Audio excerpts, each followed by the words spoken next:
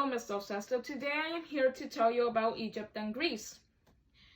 We are also going to focus on grapes of a civilization. Grapes of a civilization are the 6 aspects that make a civilization function. G stands for geography, R for religion, A stands for achievements, P stands for politics, E stands for economy, S stands for social structures. Geography contains landforms. The landforms in Egypt are a river, a delta, and the desert.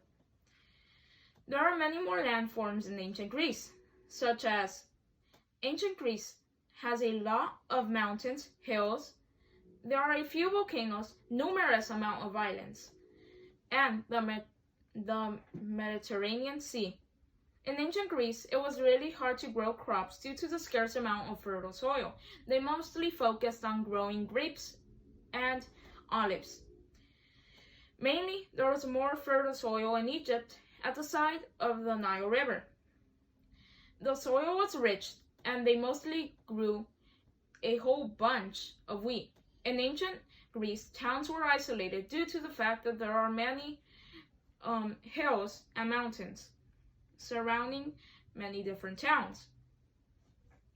Egypt was not isolated because they lived in the desert, and in deserts there are no hills or mountains.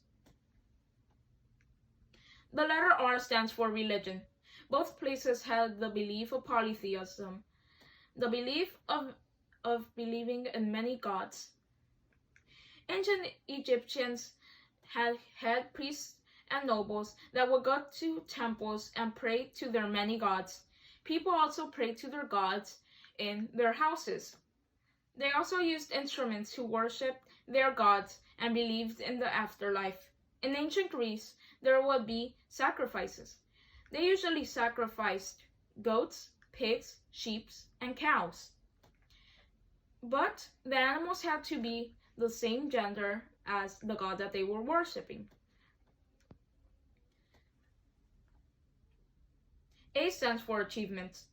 In ancient Greece, they developed the first democracy, also invented the alarm clock, the watermill, and they also had a more skilled experience using horse-drawn chariots.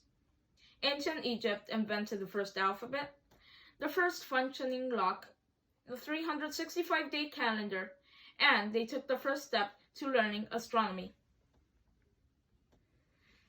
P stands for politics. Ancient Greece would be run by a monarchy and usually be ruled by a king. The Greeks did not allow women to take power. Men would usually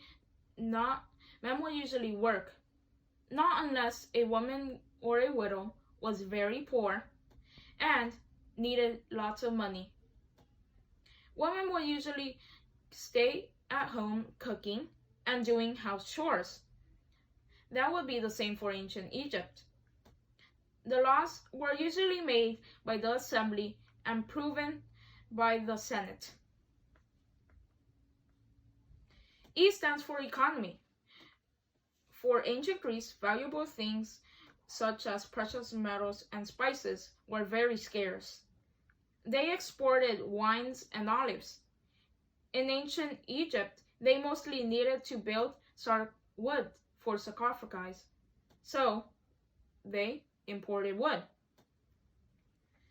In ancient Egypt, they did not have money. Instead, they traded with each other of the things that they have gotten.